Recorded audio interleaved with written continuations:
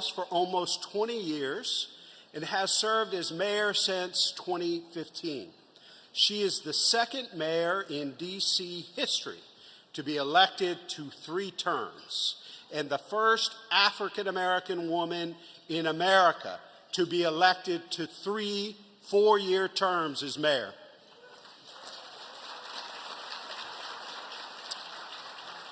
She does an incredible job chairing our International Affairs Committee and serves as a member of our advisory board.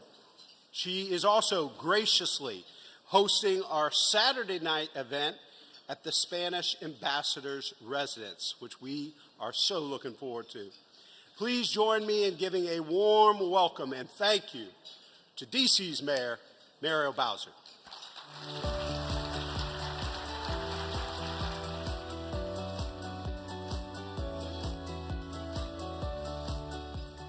Well, good afternoon, mayors and all of our supporters here. It's my privilege to welcome you to Washington, D.C. And as you've heard Mayor Ginther said, I've had the privilege of being mayor of my hometown for 10 years now. And it has been a great honor to work with the U.S. Conference of Mayors and Tom Cochran and our leadership to host this winter meeting. I know that we're going to hear from President Biden, and I want to congratulate him in advance on a job well done. From the Bipartisan Infrastructure Law to the Inflation Reduction Act, our cities will be benefiting from those policies and investments for years and years to come. And for most of us, we are policy wonks. We look forward to gathering every year to learn new things, to feel energized. So whether you are a first-time attendee, a new mayor, or a seasoned participant, this week is for you. This week is where we come together to share strategies and big ideas and learn from one another. Unlike most people in the political structure, our job is on the front line. We fill potholes, we make sure communities are safe, and we make it easier to do business. And we're all responsible for making sure that our cities come back from the pandemic. I am proud of the progress that DC is making, and we look forward to sharing with you our investments in affordable housing, what we're doing to invest in professional sports in our city, for our hockey team, our basketball team, and of course, our football team that we want to bring home. So we're also proud that we're bringing back tourism, driving down crime, and continuing to make our parks the best park system in the world. So we are optimistic, not only about the future of our city, but the future of yours. And we know how important the U.S. Conference of Mayors is to our leadership. So again, I hope that we see you at the Welcome to Washington, D.C. reception at the Spanish Ambassador's Home, co-hosted by Ambassador Angelis Moreno. Everyone, have a great weekend.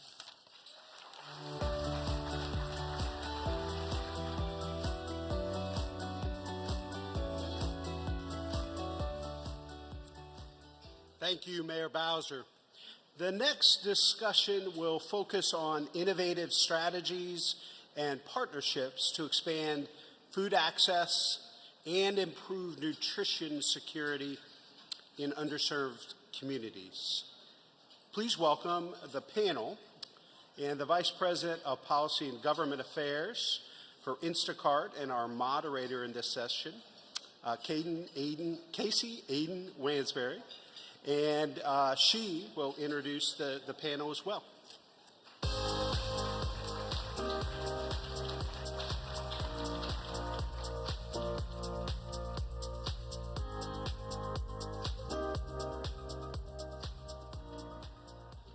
Good afternoon, everyone. I'm Casey Aiden Wansberry, Vice President of Policy and Government Affairs at Instacart. We're honored to be the title sponsor of this year's U.S. Conference of Mayors winter meeting, and I'm so grateful to be here with all of you this afternoon and with Mayor Dickens of Atlanta and Mayor Cognetti of Scranton. I want to start by saying that our hearts are with everyone impacted by the wildfires in California. Like many organizations, Instacart has been thinking about what we can do to help, and we've been working to get supplies and essentials to those in need. If you're interested in learning more about our work, or if you'd like to donate groceries to those in need in California, please visit instacart.com/donate. Now, for those of you who are not familiar with Instacart, we're the leading grocery technology platform in North America. We work with about 1,500 retailers to reach 98% of all U.S. households, including 95% of those in food deserts. So every day, millions of Americans rely on Instacart to get the groceries they need from the local retailers that they trust. Our mission is to help give everyone access to the food they love and more time to enjoy it together.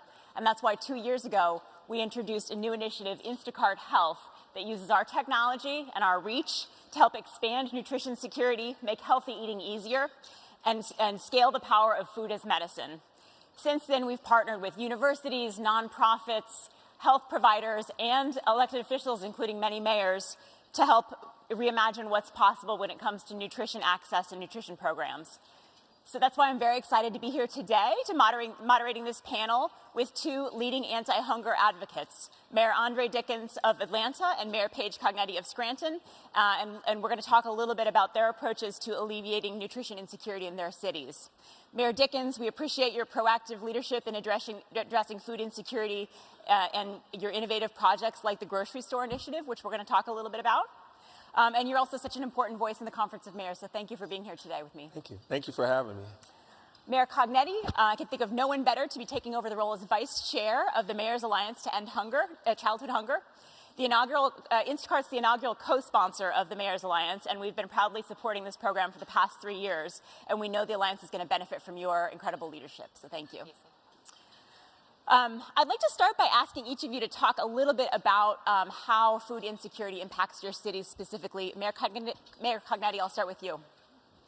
So I, like some of you in this room, started my public service on the school board. And we always know that there's hunger issues, but it is not until you sit on a dais at a school district and look at the raw numbers that you really start to see what that looks like, and then you go into the schools and realize that these are the meals that those children are having that day. They might not go home with food. You have teachers that are putting food in their backpacks on their own dime to make sure that they have dinner. So it's really important to us in Scranton that 1 in 5 families that face food insecurity, we're closing that gap. So this just really could not be a more important initiative in Scranton and in so many other cities. Thank you. And Mayor Dickens, would you like to talk about Atlanta? Yeah, I mean, this is a critical issue to the city of Atlanta as well. 14% of the residents of the city of Atlanta are facing food insecurities, and that's about the average across the nation, 14%. And so that means that children are going hungry, and people don't have as much access to fresh, affordable groceries. They have to take long commutes to be able to get to where they can acquire food. And this is happening. These food deserts are existing in parts of our city that are often in minority communities, the lower income communities. And so I'm trying to make Atlanta a city of opportunity for all. And that won't happen if some of the residents don't have access to fresh, affordable food options in their communities. And so with these food deserts, access becomes an even greater issue for families who lack transportation options, experience mobility challenges, or caretakers with dependents at home that can't easily get to and from the grocery store. So just last month, we announced a new partnership with the city of Atlanta and our economic development arm, where I serve as the chairman. It's called Invest Atlanta, and a grocery store called Savvy Provisions. So Savvy will open 2 new grocery stores, giving fresh food options to residents living in 2 of our low food access neighborhoods, one on the south side of town and one downtown. And so this municipal grocery store strategy is a significant step towards addressing food deserts in our city and ensuring that all residents can have healthy, affordable food options and bring people closer to some stability. Thank you. Another theme of our panel that I wanted to address is public-private partnerships, and you touched on this with the program that you just mentioned. When we think about how to approach working with government at Instacart, we think about what unique attributes we can bring to the table. It's our technology and our reach, and then we think about how we can pair that with the deep expertise and the community engagement that mayors and city officials have and know about what works best in their communities. So a couple of examples of some of the work that we've been able to do so far. In Columbia, South Carolina, we've partnered with Mayor Daniel Rickenman to power his grocery access program, which is designed to improve grocery access among Columbia's food deserts. And in that partnership, the city provided 100 Columbia families living in food deserts with complimentary Instacart Plus memberships and a monthly Instacart stipend. And we've seen really encouraging results so far, the impact that that's been able to make in that community. And then at the federal level, we've been working pretty closely with the USDA to be the first grocery delivery platform to bring SNAP online, and we're now in all 50 states and the District of Columbia. And we just launched a SNAP eligibility screener on the platform to help people quickly and anonymously determine whether they might be eligible for SNAP benefits. So we're hopeful that that's helpful to all of your communities. So turning back to public-private partnerships, Mayor Dickens, if you can talk a little bit more about how you leveraged that kind of partnership in this area in your city.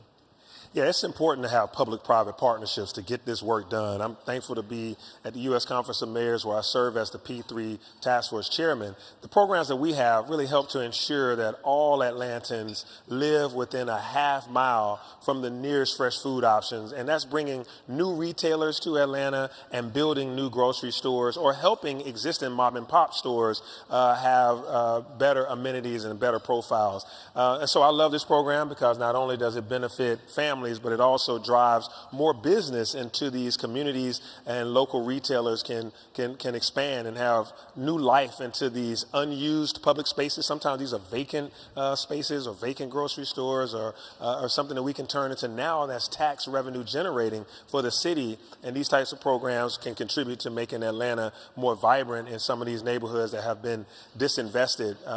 One size doesn't fit all, so you have to look for various different solutions. That's where the public-private partnerships come in handy, to be able to address hunger and nutrition security. And so our programs that focus on new stores in neighborhoods that have historically faced barriers, but also working with the Independent Grocers Association to train up these mom-and-pop stores so that they do an even better job and have collective buying power. And so I believe that we need to deploy every tool possible at our disposal to end nutrition insecurity, and using public-private partnerships as a way to do that has been helpful to us, using Savvy Provisions as a store that comes in, and we support them financially with tax incentives and other things. So that's, and even space that we may have in a municipal owned building to put a grocery store in there.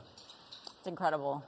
I think another aspect to us that's really exciting about public-private partnerships is how you can sort of take a chance on innovations and gauge impact, and think about, trying a bunch of things, seeing what works. And over the past few years, one partnership we're particularly proud of where we've been able to do that is we've been working with the Partnership for Healthier America, the nonprofit, to support 1,100 families in 4 cities: Denver, Englewood, New Jersey, Milwaukee, and Washington, D.C.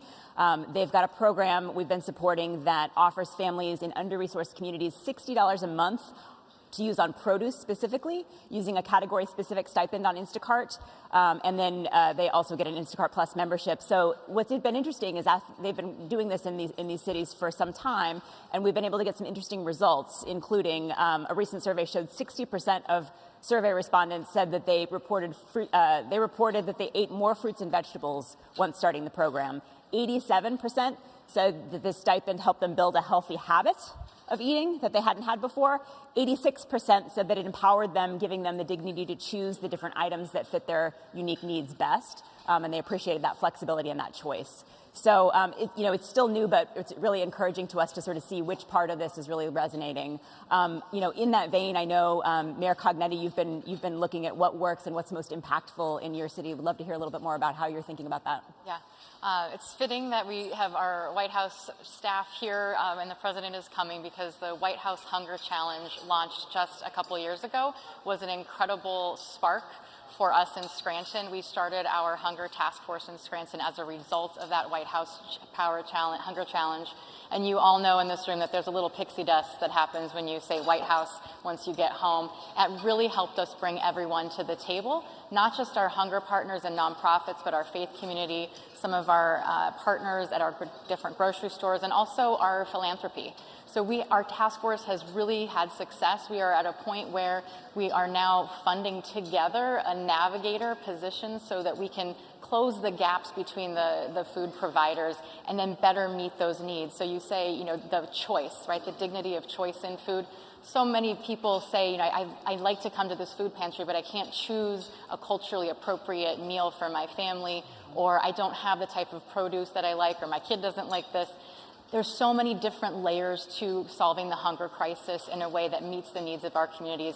The Hunger Task Force in Scranton has been a great thing for us, not just solving hunger, but helping us build relationships that are helping us address many of the other issues in our community. So we thank the President and the White House for kicking us off. We thank Instacart for your partnership. Don't forget Instacart creates jobs as well. I know a lot of people who are working for Instacart. And also I'm Vice Chair of the Mayor's Alliance to End Childhood Hunger. And if there's a mayor in here that isn't a part of it, please come see me or Mayor Dickens, and we'll make sure to get you there. Thank you, Mayor.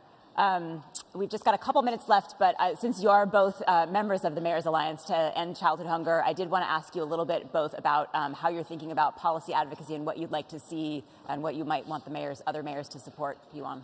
Sure. Please. Sure. Yeah, so as Vice Chair coming in, and Mayor Maddie Parker of Fort Worth is the chair coming in this year, we're really focusing on 3 items for advocacy. One is SNAP in the Farm Bill. Everyone in this room knows how the data works, that if kids have food, they're going to have better education outcomes, our economy is going to be better, there are better health care outcomes, lower health care costs for families. The second would be summer EBT. There are some states that do not participate in summer EBT. We need to lobby Congress to help diffuse the cost to states of those summer programs, continue to meet the gaps during not just summer, but holidays, even long weekends. So we've got to continue to make sure that feeding kids isn't just 320 days a year, it needs to be 365. And finally, a pitch for the Metro Economies Committee, working on the tax bill as we go into this year. The child tax credit needs to be permanent. We know how it was during the rescue plan. We know that that helped lift children out of poverty. We've got to continue to push for the child tax credit. Yeah, and all 3 of those, as Paige mentioned, I'm going to double click on the first one of those, which is while Congress is focusing on the Farm Bill, the Mayor's Alliance is focusing on SNAP, and lifelines like SNAP, and not letting it get watered down. Right, we want to make sure that it's more accessible and that there won't be unrealistic eligibility stipulations, et cetera. So we don't want funding cuts. We don't want these things to be watered down. We really should be making these types of programs more inclusive and more accessible. So we're going to be pushing for that because the need right now is so vast. So that one is near and dear to me because so many residents need those SNAP benefits, and they complain to me about the reduction in their benefits, and that leads to challenges in other places that we have to, kind of provide stopgaps to city government. So I love the federal government to be able to keep those benefits at the level they need to be. Mayor Dickens, Mayor Cognetti, thank you so much for being here today. Thank you all for listening, and we really look forward to working on food insecurity with you all going forward. Thank you. Thank you.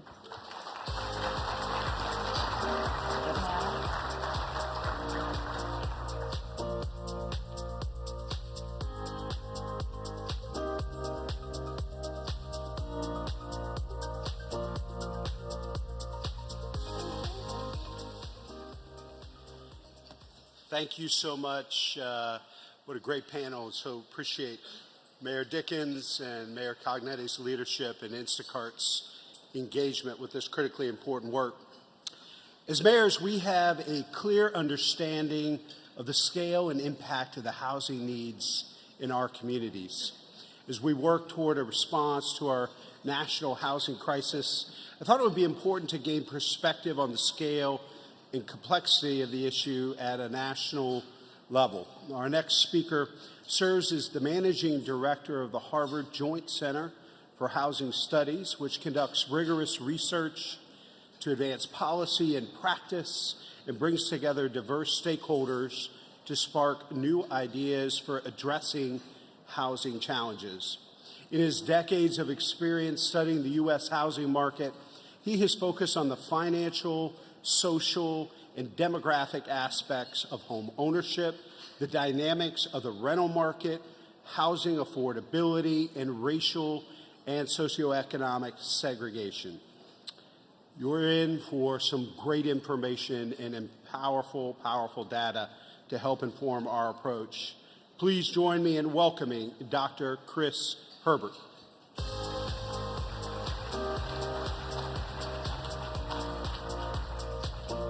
Good afternoon, everyone. Thank you, Mayor. It's wonderful to be here. When I got here and I saw the sign out front saying housing is the issue, I couldn't have been more pleased. But I know speaking to this group, that's not news. The housing crisis has been growing for a long time. It's front and center for mayors, so I'm really appreciative of being here with you today.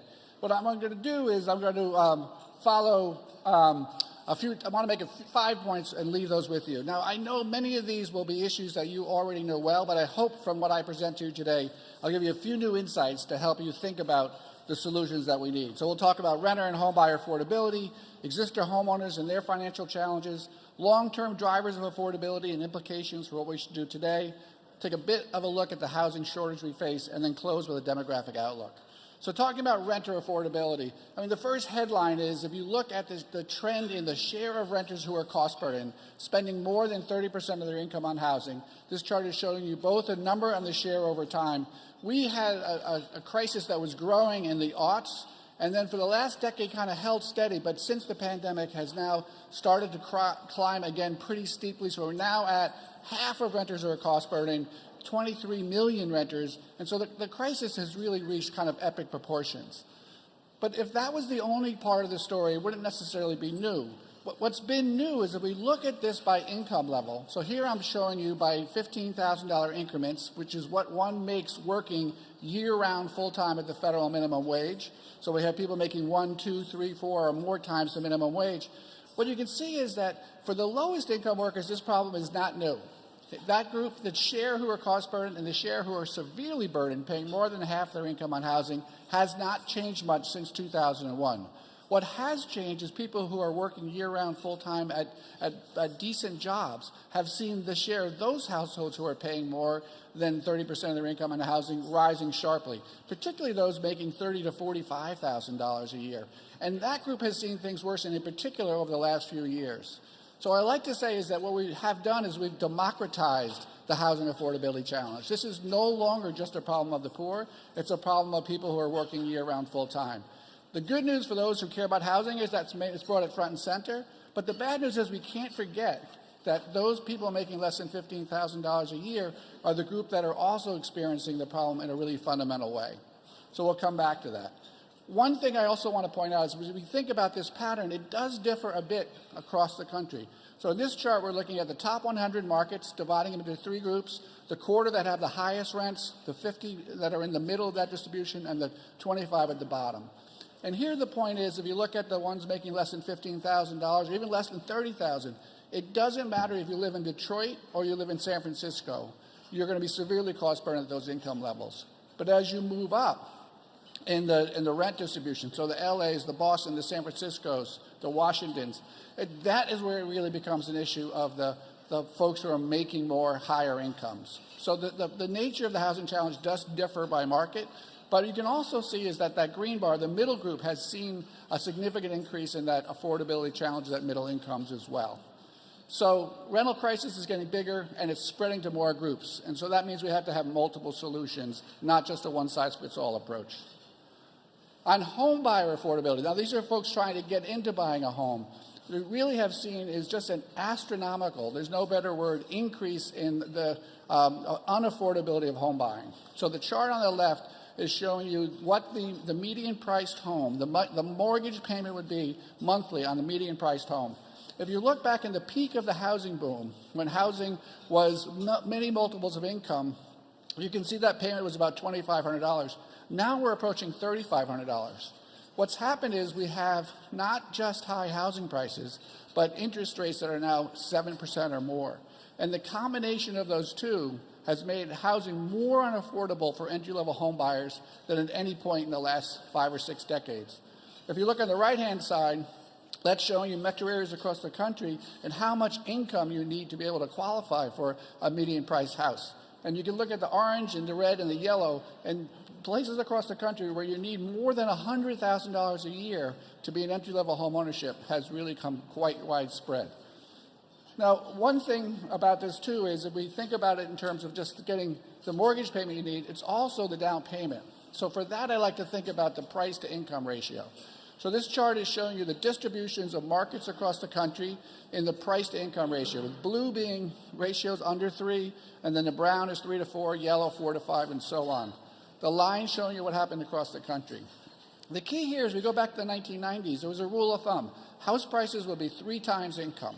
And that held for much of the 90s. During the housing bubble, it got up to about 5. And you can see here, whereas before about 2/3, 3/4 of markets had a price-to-income ratio of 3, it became only about 1/3 at the peak of the bubble. Things got a little better as we recovered from the Great Recession and the housing crash. But look where we are today. That ratio is back above 5, and there's only one market in the country where that price-to-income ratio is less than 3. That's Syracuse, New York. I don't think that's even true of Syracuse today. So what we're seeing now is, again, this issue of housing affordability is no longer just a coastal issue. It's across the country. And at price-to-income ratios of 4 or 5, the amount of time you need to get to a down payment takes longer and longer. So this is saying that we need not just down payment, not just assistance in for the mortgage, but also down payment assistance. And just to put some numbers on this, this is showing you for the country the median price house, and it's showing you working down to what income you need. Look, if you look at the bottom line, from 2021 to today, we've gone from needing $70,000 to $124,000. If you look at the middle line, we've gone from needing $20,000 in down payment to $26,000 in down payment. So the home buyer affordability issue, I think this is a fundamental challenge for us as a country. If the pathway to the American dream becomes that closed off, we're in trouble. And we need to lean into down payment assistance, because coming up with that amount of cash is really challenging. But we also need to think about nowadays, how do we bring down interest rates? And interest rate subsidies are another tool I think we need to dust off. All right, that's people getting into home ownership, but what about existing homeowners? So this is a chart similar to what I showed you for renters, the number and share of homeowners who are cost burdened, spending more than 30 or 50% of their income on housing costs. You can see that during the peak of the housing bubble back in the early 2000s, that number was well above 20 million. In fact, there were more homeowners who were cost burdened than renters. But over the next decade, the situation improved, partly because the worst off homeowners lost their home to foreclosure, partly because interest rates came down, and partly because first-time home buyers were few and far between. But look where we are today. We can see that since 2019, that story, which had been improving year over year, has now gotten worse, and we're seeing homeowners having their cost burdens rise as well. Now, if we look at this story by income, it's different than the renter story. On the rental side, it's middle and moderate income renters who are seeing the worsening most. On the homeowner side, it's actually the lowest income households. So here, if you look on the left-hand side, homeowners making less than $15,000 are the ones who are bearing the brunt of this. And it's $15,000 or $30,000 a year, I should say. And so what's happening there? In a time when we've had interest rates coming down, it's largely property taxes and insurance. And for these low-income households, many of them may actually have had their mortgage paid off. There are a lot of older homeowners in this category. And so as we think about stabilizing home ownership, we can think about tools that affect property taxes and insurance for older households are really starting to feel the squeeze. All right, let me turn to stepping back and talk about long-term drivers of affordability. I think we often get in a situation where we focus on what's happening today and look at that and interpret what's happening in the market based on current conditions, but stepping back and taking a longer view, I think, provides some new insights. So, we talk today about the fact that rental affordability is at a crisis, but I want to remind us this is not a crisis that just emerged over the last few years. It's a problem that's been growing for the last half century. So this chart is showing you the share of renters who are cost burdened going back to 1960. In 1960, it was about a quarter of renters were cost burdened. And if you look decade by decade, the problem has gotten worse. It increased a lot in the 70s and the 80s. The 90s wasn't a bad decade because of the fact that we built a lot of housing. The first part of this century was the worst decade we've had in terms of how much more the problem grew. And since then, it hasn't grown a lot, aside from the last few years, but it hasn't gotten better. The key thing here is we have decades where it gets worse, but we don't have decades where it gets better. What's going on? What is it that's driving this problem, not just from the lack of supply the last few years, but the trends over the last 50 years? The key here is that housing affordability is a function of income and housing costs. It's simple math. And here we're going back to look at 1960, how much has median rent grown in real terms, adjusting for inflation, versus how much income of renters has gone up. Since 1960, rents are up 73% higher than inflation. Incomes are up only 14%. So there's this enormous divide between housing costs and incomes. So I get asked the question, well, is this a housing cost problem or an income problem? And the answer is yes, it's both. But as a houser, I'm really focused on the housing side of the equation. So all the work you do in economic development and getting good jobs for your residents of your cities is critically important. But we've got to think about what it is we can do to bend that housing cost curve. And this isn't a new problem. Now, if I had more time, I've got a whole bunch more slides I can entertain you with. But let me just cut to the chase. So the key takeaway is this is not a new problem. It's been growing for a long time. Why is that? Well, the first is that when we look at why housing costs have gotten so high, it's because new homes are bigger and higher quality than they were in 1960 and 1970. And that's not necessarily a bad thing in the sense that we're saying that homes are safer, they're more energy efficient, they're providing more space for households. But it's also the case we're not providing enough opportunity for building simple, small homes as well. The other is that housing fundamentally is a bundle of the structure and land. And the thing that really inflates is land costs. And since we're not making any more land, that fact that land is scarce, it keeps getting bid up over time, and it always grows faster than inflation. So land is a fundamental issue. And then lastly, housing construction has not realized the productivity gains that other sectors have. And so we're still building homes largely as we did. So what this implies about solutions is that we have to encourage the production of smaller, simpler homes. How do we make it possible for developers to build small single-family homes, townhomes, and small apartments? We have to make more efficient use of land. This is where the zoning story comes in. If we're not making more land, we've got to put more housing on the land that we have. But I think it's also really important for cities to realize that land is a fundamental driver of housing costs. And if you have public land, do not give it up. If you're going to have a use for housing or other purposes, retain ownership for the long term. Because I can tell you one thing, if I came back and gave this talk 50 years from now, it's going to be how much more expensive land is today than it was then. And if in your city that's been revitalizing, count on your own success. Lock in that value now, because if you are successful, that's going to be a big driver of housing costs. And then lastly, we really need to support the adoption of methods to improve construction efficiency. A simple way to do that is to welcome manufactured housing into your communities. It's one of the best efficient forms of housing. But how do we support modular? How do we support panelized? Building codes matter for this. Other regulatory constraints, ways to incentivize those industries that take root in your communities. Let me talk briefly about the housing supply story. So no shock to this room, of course. We're underbuilding housing. And let me show you how we think about it. This is a line showing you, the green line is how many new housing units we build every year, and the dark line is how many new households we've had every year. And you can see here is that green line is always above the dark line. Why is that? Because we need to not just build housing for new households. We've got to build housing to replace the housing that's dilapidated and needs to be replaced. We build housing for second homes. We build housing because we need a bigger vacant stock. What's astounding, just this very simple view, is if you look in the last 10 years, those lines were coincident for a long time. We've never had a period where we're building just as much housing as we were adding households. Now, we did come with an overhang of housing from the early part of this decade, of the century, but we had worked that off by about 2016, 17. Well, the other thing I want you to take a look at here is we talk about a lack of supply. There's also been a real surge in demand. And so we talk about the fact we're not building enough, but we also have to take a look at the demand side of the equation, because that has been a big driver. And I'll close with a bit of a demographic outlook. That might be some good news in terms of reducing the pressure on the stock. A couple of key things, though, about the supply. This chart is showing you the single-family production over time and the multifamily production over time. And the lines through there are the long-term average in those types of housing. What's really interesting is we think about the fact that we haven't been building enough housing, higher density housing. The biggest shortfall has been single-family housing. We typically build about 1 million single-family homes a year, have for a long time. We didn't build 1 million single-family homes up until right around the pandemic.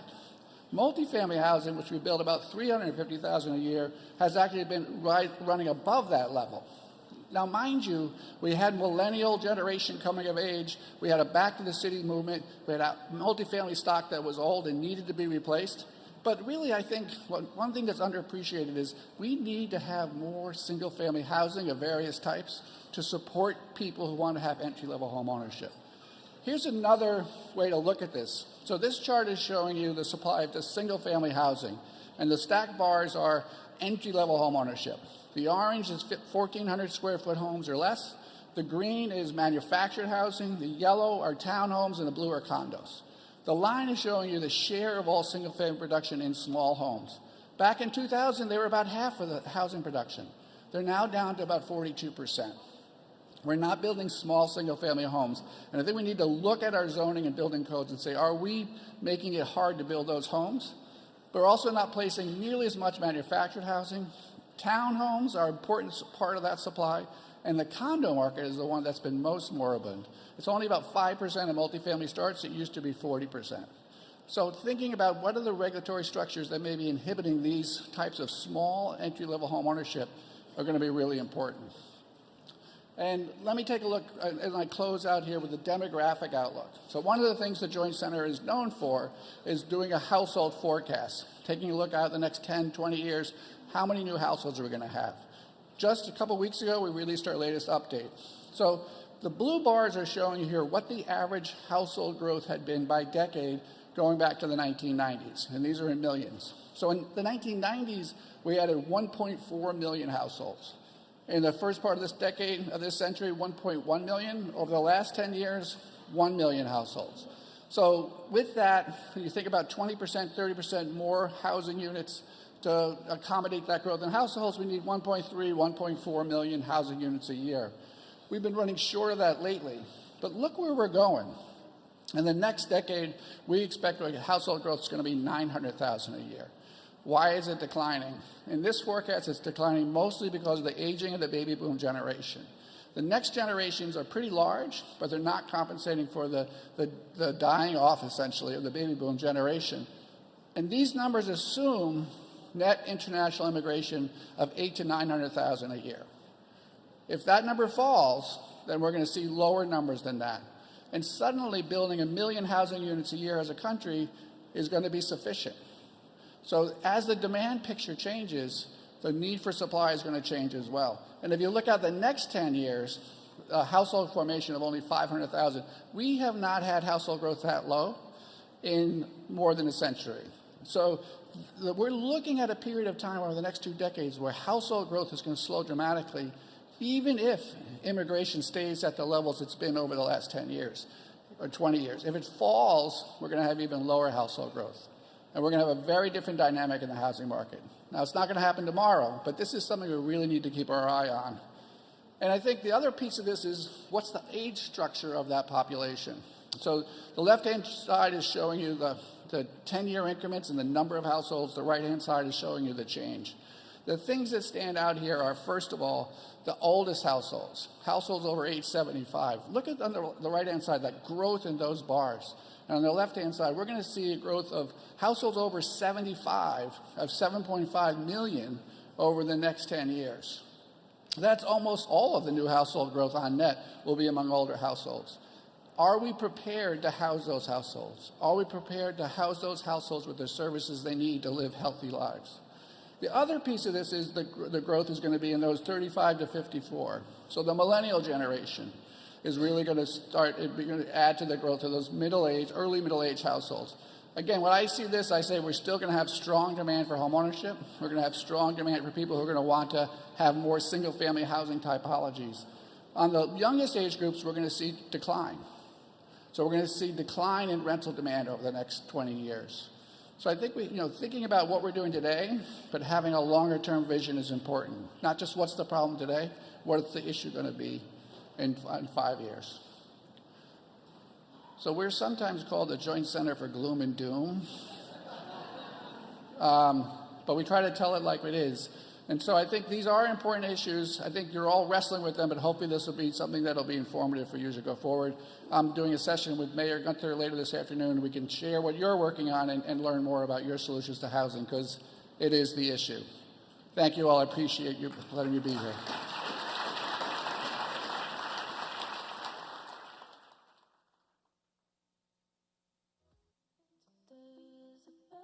Please remain seated. Our program will resume shortly.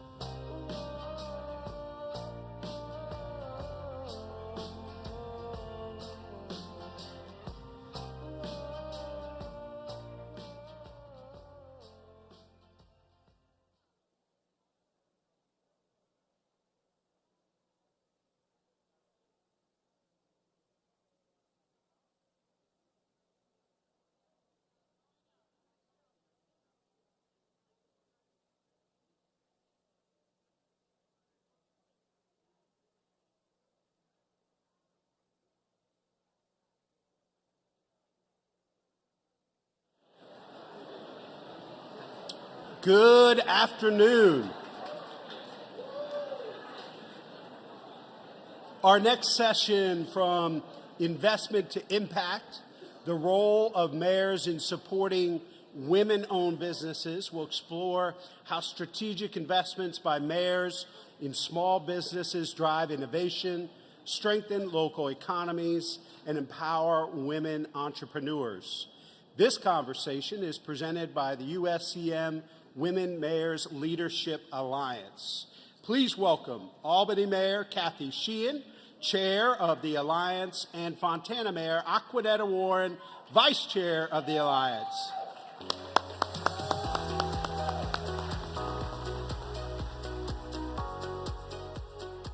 Good afternoon, everyone. It is wonderful to be here to talk about the role that mayors can play in helping and supporting women-owned businesses.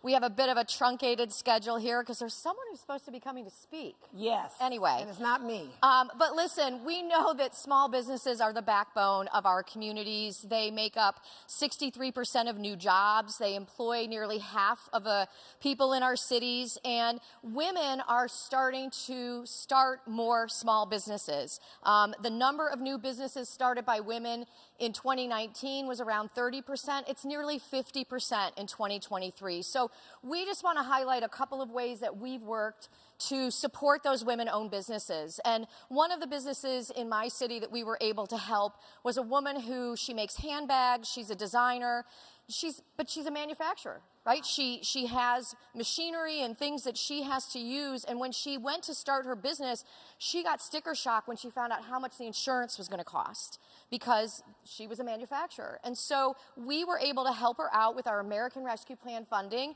and the small business grants that we gave to help her to offset that cost so that she could get her business started. And it's really listening to those business owners, because sometimes I think we know what they need, but when you really sit down and talk to them, I never would have thought about insurance. And so really working with those small businesses and those women who don't necessarily have the same connections to banks, to attorneys and those resources has been really important, and it's worked really well in the city of Albany. But Mayor Warren, what about what you're doing in Fontana? We are on overload. We have a theme in Fontana. It's called Fontana's Open for Business. And this young lady that we've been working with is the epitome of what that stands for. She's working out of her garage in her kitchen doing cookies. She does personalized cookies now. But we're leveraging all of our resources toward making sure that people like her are successful. We have a Fontana Empowerment Loan Program, which is not just come and get a grant, not just come get the loan. We provide the resources from AMPAC, which is a group that works directly with businesses to understand their spreadsheets, understand staffing levels, all of the tools that a business needs. And it's so wonderful that in this time space, women are taking charge of probably employing over 30% of the workforce in the United States. So these are exciting times. Well, another business that we had in Albany that we think is really going to take off and employ a lot of folks is a woman-owned business. They made an insert that you use in diapers that is reusable.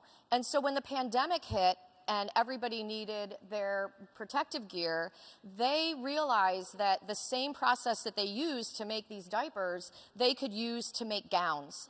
And that, she patented it. Right. And is on the road to getting FDA approval. Our local hospital, which is a regional trauma center, projects that they're going to save $3 million a year in supply costs by purchasing these gowns. And she stopped me, literally, I think I was walking down the sidewalk, and she was almost in tears because she was losing her office space. And she said, you know, our landlord is kicking us out. We can't find space. And so we were able to find space for her in an incubator that the city had helped to fund, again with American Rescue Plan funding, an expansion of it. And it was the perfect timing. She has moved into that space, and she'll tell anybody and everybody, Mayor Sheehan saved my business but it was, I didn't save her business, but we were able to work with her and find that space and demystify the whole process for her. And so it has helped her to really focus on her business and move at a much faster pace to launch that business than what she had expected. Speaking of office space, we're redoing our entire downtown. I call it Uptown. They've already called it the Forge District. As a result of that, we're going to have a lot of office space and a lot of spaces for restaurants and bars and all those things. Yes, I said bars. You need that stuff.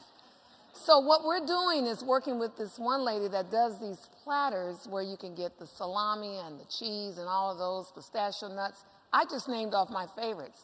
And as a result, she came up to my office and met with our great assistant, Wendy, and told her all about her business. And now we're actually going to have them move into one of those spaces. She'll have the opportunity where people during lunchtime can come and get them a little platter and get the little foods on there that they like. You get off work, you don't want to cook for the fam, or you're having a party, and don't even mention parties. She puts apricots and prunes on there. I'm big on that too. Everything you need to facilitate the party. And it's all about presentation. I'm not trying to say the men folk don't know what they're doing, but we females, when we get in the kitchen and we get in the house, people have always just saw that as our role. But now people are making money off of the eats, and it's going far. So we're really excited about her doing that. She'll be one of our first new businesses in our Forge District, moving in soon. Well, and those places and how they look and how welcoming they are is really important as well. Yes. And I'm sure many mayors out there have facade improvement programs. We have a facade improvement program. We'll match a grant of up to $10,000 for improvements that our business owners are making to their facades. And we also have a carve-out, though, for minority and women-owned businesses where we give the grant. There's no match that's required on their part. And we've been able to use some of the funding through our community development agency because many of these businesses are located in formerly red-line neighborhoods where we have a really strong interest in helping to bring back the commercial districts in those areas with businesses that meet the needs of the neighborhood and of the community. And being able to tell someone, we're going to be able to give you that grant, and again, sometimes it's $5,000, $10,000 that can really make the difference. And so, how were you able to jumpstart that commercial district? One of the things that we have been doing is marketing to our public that we're coming. This is coming. Look forward to it. One of the biggest obstacles that any business has is marketing what they're selling, getting the word out, come by.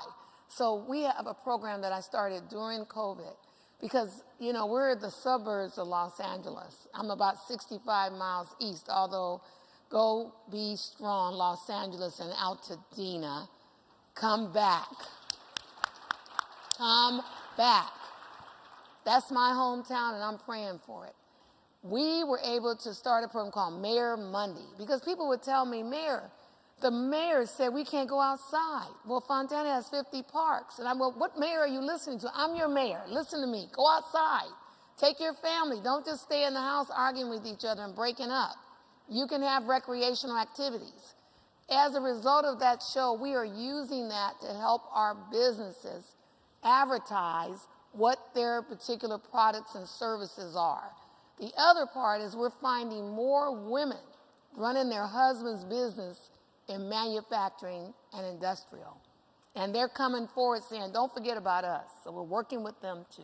Absolutely. And we can also make sure that we're patronizing those businesses when we have community events, when we're looking for swag for our swag bags. That's all great opportunities that mayors have to lift up these small businesses that are bringing vibrancy to our downtowns and are really an important part of our economy. So I look forward to hearing from all of you as we continue in this conference about the other ideas that you've implemented, and let's get out there and really support these women-owned businesses. Thank you, everyone. Thank you.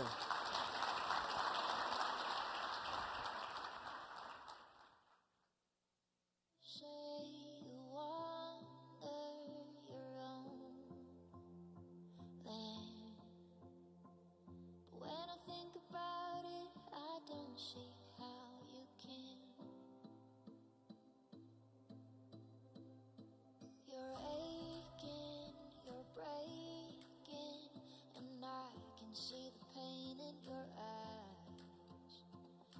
'Cause everybody's changing and I don't know why.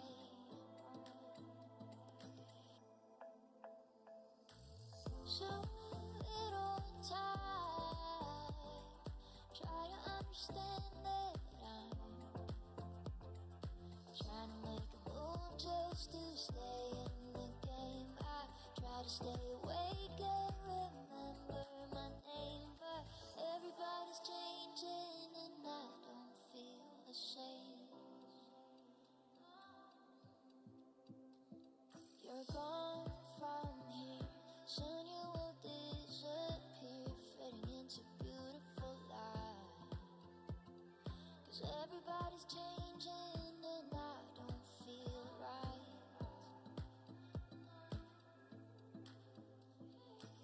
So little time, try to understand that I'm trying to make a move just to stay in the game. I try to stay awake and remember my name, but everybody's changing and I don't feel the same. So little time, try to understand that I'm trying to make a move just to stay in the game. I try to stay awake and remember my name, but everybody's changing and I don't feel the same. I got voices in my head and they're all so proud. Feeling miles and miles ahead since I've let it out. Every time I understand a little more, a little less. Oh, why don't you take my hand? We can leave out all the rest. As a lover, as a friend, I got voices in my head. They say let's get up. Happens time and time again. Now it doesn't stop. Oh, every time I understand a little more, a little less. Oh, why don't you take my hand? We can leave out all the rest. As a lover, as a friend.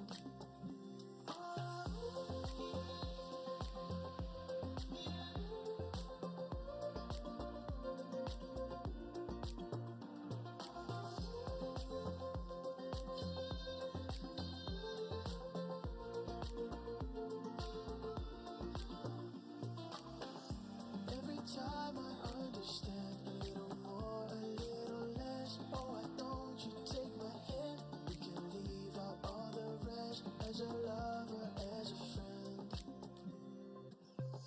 I got voices in my head and they're all so proud. Feeling miles and miles ahead since I've made it. Way down we go, way down we go. I chase the stars in my beat up car just to find out where you are. I drive for days, yeah, miles away, just to be in your arms. Tell me, are you with me? Hold on me tonight. Don't be scared to look down below. Way down we go. I wanna know if falling lasts forever. Can we take this real slow? Turn the highs and the lows and find our way home. If falling lasts forever, then I already know it's way down we go. Way down, way down, way down we go. Way down we go. Way down we go. Way down, way down, way down we go. Way down we go. Way down we go. Yeah, I've seen it all. I'll break down the walls just to be right where you are. 'Cause I know someday that we'll have it made. I promise it won't be too long. Tell me, are you with me? Hold on me tonight. Don't be scared to look down below. go. I wanna know if falling lasts forever. Can we take this real slow? Between the highs and the lows, we'll find our way home. If falling lasts forever, then I already know. It's way down we go, way down, way down, way down we go. Way down we go, way down we go, way down, way down, way down we go. Way down we go, way down we go. I wanna know if falling lasts forever. Can we take this real slow? Between the highs and the lows, we'll find our way home. If falling lasts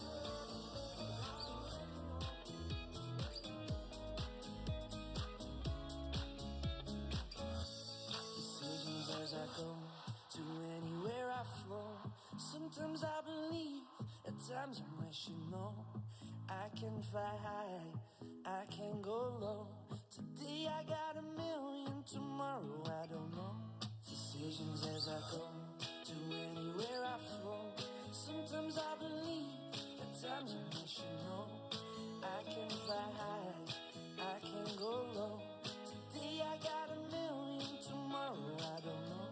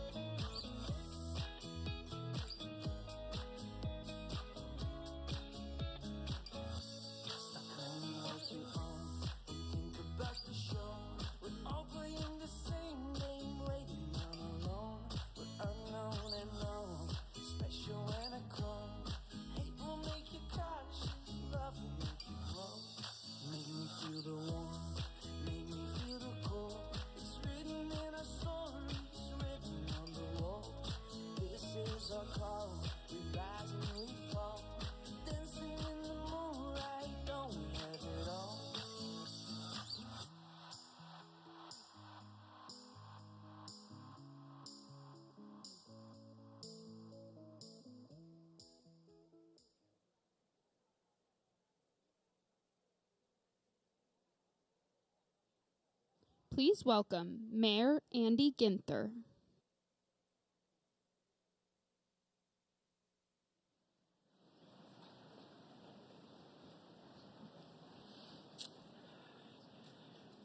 Good afternoon, friends. It is my high honor to welcome our next speaker, a man whom, without all the success and progress American cities have made over the last 4 years, simply would not be possible. American mayors could ask for no better friend and partner than the 46th President of the United States, Joseph R. Biden.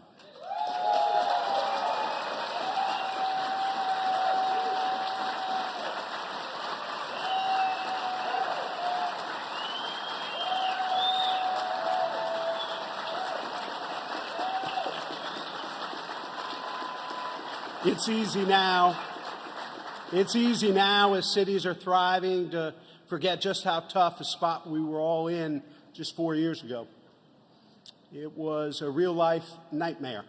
The most disruptive global event in our lifetimes had decimated our revenues, erased millions of jobs overnight, and taken far too many lives. American mayors had a partner. Working hand in hand, President Biden led the most productive 4 years for American cities in our history.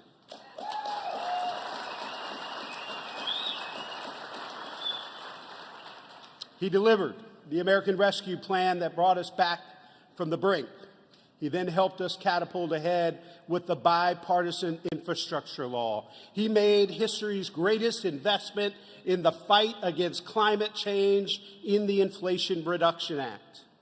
And among many other achievements, he set in motion a great renaissance of American manufacturing with the CHIPS and Science Act. It is a record that will not only stand the test of time, but had profound, tangible benefits for the people we serve and the cities we love. Today, our cities are vibrant and brimming with optimism. And for that, we cannot thank you enough for your devoted leadership. Indeed, thank you is not enough.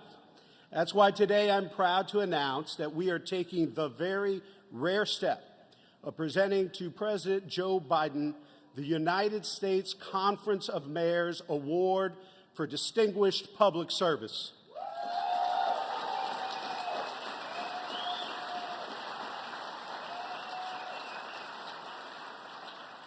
This is our highest honor, and there's no more fitting recipient than President Biden. Mr. President, your legacy of achievement and support for the working people of this country will forever be celebrated. On behalf of America's mayors, we honor you and thank you for your service and for your friendship. Ladies and gentlemen, the President of the United States, Joseph R. Biden.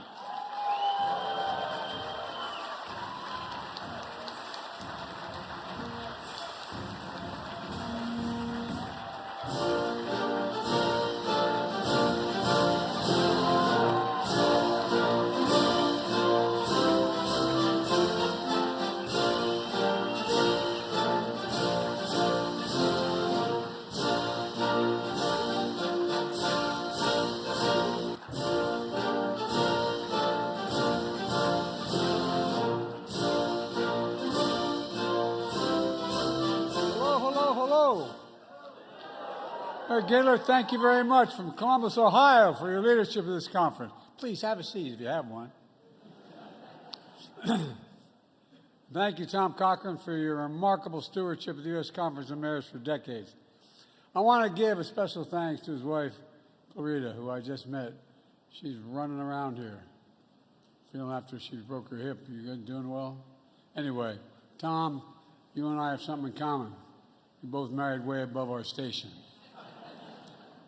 To my hometown mayor, John Carney. John, where are you? Out there? Wilmington, Delaware. Thank you, John. This guy's a true public servant. He just finished 8 years as a great governor and then decided to run for mayor. A special thanks to another great friend, the mayor of my second home, Scranton, Pennsylvania, Paige Cagnotti. Paige.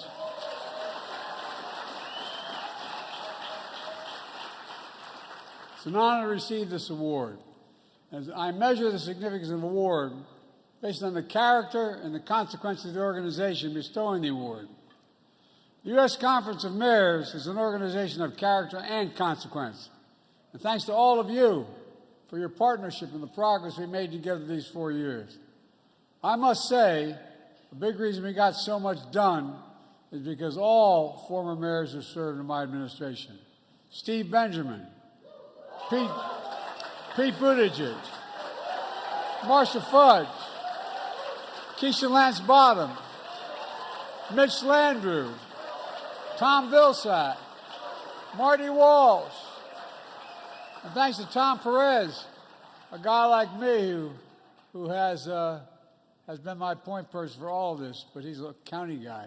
That's tougher, man. I don't know, man. This is one of the last events that I'll be doing as president. The reason I chose to be here is because of the first thing that I did as president was to speak to this conference. You know, as many of you know, maybe you weren't here then, but many of you know, I started my career as a local councilman. I only ran for the Senate because it was too damn hard being a local councilman. You know, people know where you live. They think you can solve every problem. They think you have more money than you do and more power than you do. You're in the front lines answering key questions in their lives. Is my neighborhood safe? My kid going to have the good fortune to be here in his hometown? Will there be jobs here? So many other questions. It matters. What you do matters, matters, matters. When we first met 4 years ago, the pandemic was raging, and our economy was reeling. 4 years later, our nation and our cities have emerged stronger than we were when we entered the crisis. I come here today for a couple reasons. First, my administration released a report summarizing the impact of our work together to invest in America. It all started with the American Rescue Plan, one of the most significant recovery packages in our history to get us out of the immediate crisis of the pandemic and save thousands of lives. One of the most important decisions I made was to send money directly to you. Directly to you. I'm a local official. Governors are good guys and women, but when you send it to state legislators, they divide it up before it gets to you. It goes directly to you when I do it. So you control the outcome. Then we passed the Invest in America Act. That's launching a new era of American possibilities. One of the greatest modernizations of infrastructure in our history we passed. New roads, bridges, clean water, affordable high-speed internet for every American. I know each of you, because there's so many examples of the projects in your community. There's thousands of them. We also made the biggest investment in fighting climate change ever in the history of the world, not just America, because of you. And I think one thing we've all changed together, when I use the word here climate, I think jobs. I think jobs when I hear climate. We're creating hundreds of thousands of good-paying, clean energy jobs. We've proven you don't have to choose between protecting the environment and growing the economy. You're doing both. We have to keep pushing forward, push forward faster. There's no time to waste. I'm with you and your governors to make the devastating hurricanes and floods and tornadoes and wildfires, like the catastrophic fires and wildfires in California. Together, we push Congress for extra disaster relief funding, to rebuild homes and businesses across the Carolinas, to cover the full cost of replacing the collapsed Key Bridge in Baltimore, and so much more. At the same time, we work with you to upgrade the power grids, plant millions of trees, build resilient communities to withstand extreme weather. Not only build, but to build back better than before. Build back better. We also made the most significant investment in science and innovation. America invented the semiconductor. Now we're bringing those chip factories back home to America where they belong. I've stood with you in Columbus, Syracuse, Phoenix, and many more fields of dreams, where these fabs, these massive new factories the size of several football fields, are being built. And as I speak, you're going to create at least 125,000 good-paying jobs. And the jobs in these fabs are going to pay over $100,000 a year, and you don't need a college degree. You don't have to move from your hometown. You can stay where you are. If I could pause a minute, you know what's going to happen as well? When you build these factories, they're going to have to build more barbershops, beauty salons. I'm not joking. They're going to build grocery stores. They're going to build drugstores. It grows communities in a big way. We will soon be the only economy in the world to have all 5 of the top chip companies operating in America, creating thousands of jobs. And for the first time in decades, these new factories are producing the most advanced chips right here in America. These aren't just fabs, these investments are creating opportunities for entire communities, for small business, creating even more jobs, and so much more. I've kept my commitment to be president for all America, whether you voted for me or not. In fact, studies show my programs have delivered more for red states than blue states. The results are clear. 16.6 million new jobs, the lowest average unemployment rate for 50 years, a record 21 million new applications to start new businesses, and every one of those applications is an act of hope in your communities. Wages are up, inflation is down, and we passed the most significant gun safety law in 30 years. We're slashing overdose deaths by 26% last year you did it, faster than ever, and seizing record amounts of fentanyl, making life-saving Narcan available over the counter. Violent crime is now at a 50-year low. Because of you. The bottom line, you've produced an incredible 4 years. So much we got done together. Will take time to see and feel, though. but the seeds have been planted, will grow and they'll bloom for decades to come, and none of it could have happened without all of you. That's not hyperbole, none of it. You know, we're not finished yet. Earlier today, I announced 3 major priorities that mark important progress in our country. First, after fighting Big Pharma for decades as a senator and then vice president as president, we finally beat Big Pharma. Instead of paying $400 a month for insulin, seniors now pay $35 a month. But that wasn't the only thing that happened when we passed the bill. Starting this month, the total prescription drug cost for seniors is capped at $2,000 no matter how expensive their drugs are. Even expensive cancer drugs that cost $10,000, $12,000, $14,000, they're not going to pay more than $2,000 a year. And finally, we gave Medicare the power to negotiate lower drug prices like the VA has been able to do for veterans all along.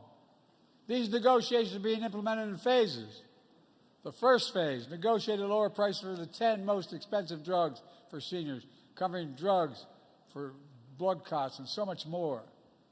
And just this morning, I announced the next phase, the next 15 drugs subject to negotiations. Drugs that will treat cancer, heart disease, diabetes, and so much more, including Ozempic.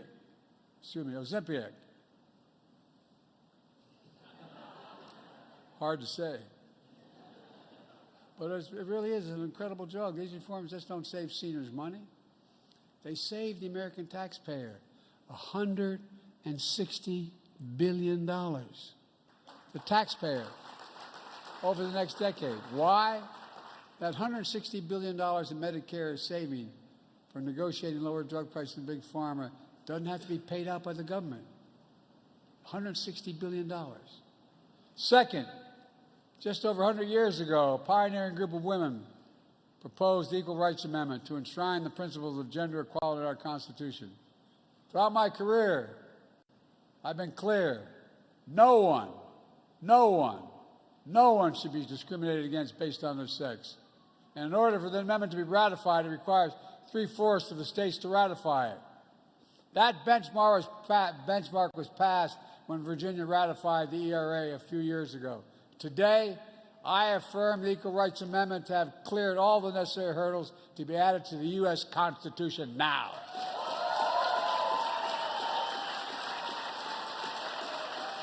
The Equal Rights Amendment is the law of the land now.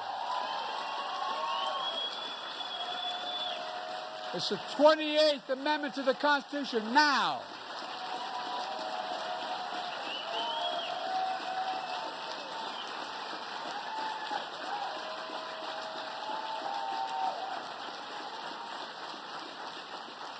I consulted dozens of constitutional scholars to make sure that it was all within the power to do this.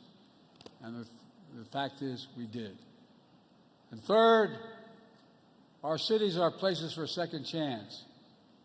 Earlier today, I commuted the sentence of nearly 2,500 convicted nonviolent drug offenders. These individuals are serving a disproportionately long and harsh sentence compared to the sentence they would receive had they had committed the crime today. After spending too long behind bars, these individuals will soon be reunited with their families and communities. With this action, I make no apology. I've issued more individual pardons and commutations than any president in U.S. history. There is more work to do, but when we allow our justice system to be a place of both accountability and mercy, it strengthens our cities and our nation as well, in my view. Let me close with this.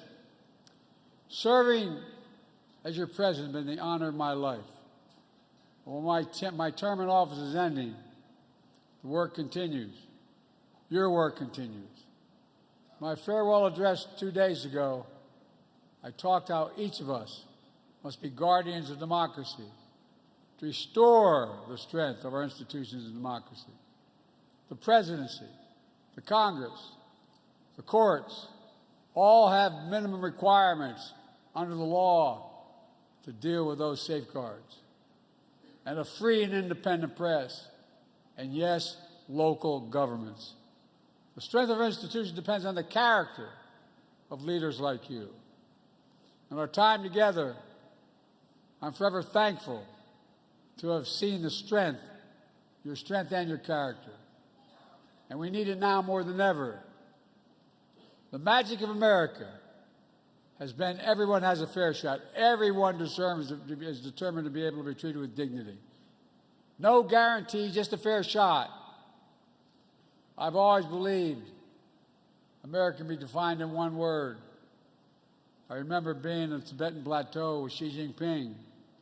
I met with him for over 90 hours alone. Traveled 17,000 miles with him. Very significant differences. He looked at me and he said, "Can you define America for me?" And I said in one word, possibilities. We're the only nation in the world. Only nation in the world that's come out of every crisis we've ever gone in stronger than we went in. Only one. Look at the history. We're the only nation in the world that believes when we act together, there's not a damn thing we can't do. Only in America that anything is possible. You just have to remember who we are. We're the United States of America. Nothing is beyond our capacity when we do it together and act together. God bless you all. Keep working together. We need you, we need you, we need you, we need you. And may God protect our troops. Thank you so very much.